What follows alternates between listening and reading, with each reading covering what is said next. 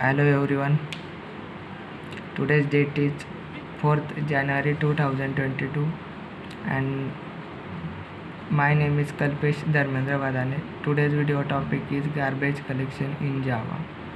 So basically Java is an object oriented programming language and its main feature is a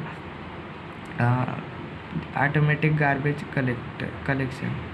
So it destroys the or remove the objects by automatically and it's sent to the garbage collection. So in programming environment, useless object is a garbage and garbage should be collected by the garbage should be collected by the garbage collector and garbage garbage collection is responsible for the garbage collector. So in C++ or C programming language, the objects are created by using new keyword and the object destroyed by using delete keyword. But sometimes programmers saying I destroy the unwanted or useless objects after later than the for neglecting because of the neglecting the memory is the memory filled with the objects. So after sometimes or after the uh, after the sometime if we want to create the object then the memory uh, fill with the memory is full, then in the C or C++ language the memory full error is occur. In Java programming language, the objects are created by using new keyword and the object destroyed by using automatic garbage collector. Means automatic garbage collector it destroy the objects and in Java the automatic we can say the Java provided one assistant which runnings in the background and we destroy the objects by using these assistants, and these assistants always running in the background and destroy the objects. So Java is its main function is a automatic garbage collector. So by using this automatic garbage collector very low chances to the very low chances failing the program with memory problem.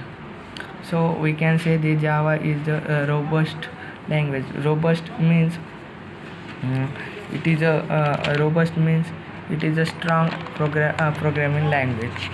So next content is how can object on reference. First is by using nullifying reference variable.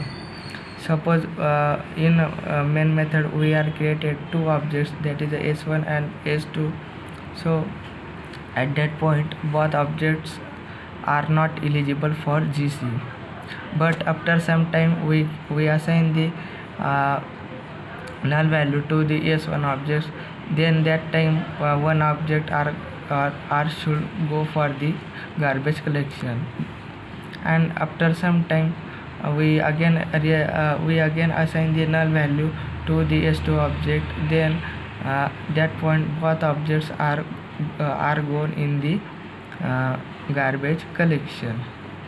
So second type is reassigning the reference variable.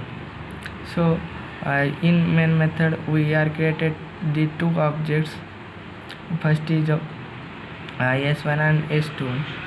So at that time both objects are not eligible for the garbage collection, but after some time we assign the or we assign the new object to the s1, then s1 is assigned with the new object, then s1 objects are should be gone for the, or one object are should be gone for the garbage collection. And after some time we again assign the s1 equal to s2, means s1 are stored in the s2. So both objects are assigned with the one as all reference to the same object, then that point both objects are eligible for the garbage collection. Next is a garbage collection method. By using garbage collection method, we can invoke the garbage collector internally by using the garbage collection method. Finalize method. By using finalize method, we use for the cleanup processing. We use for the cleanup processing. The main advantages of the garbage collection is it make the memory more efficient, and second advantage is we don't need to extra effort because it is a garbage collection, it is the part of the JVM.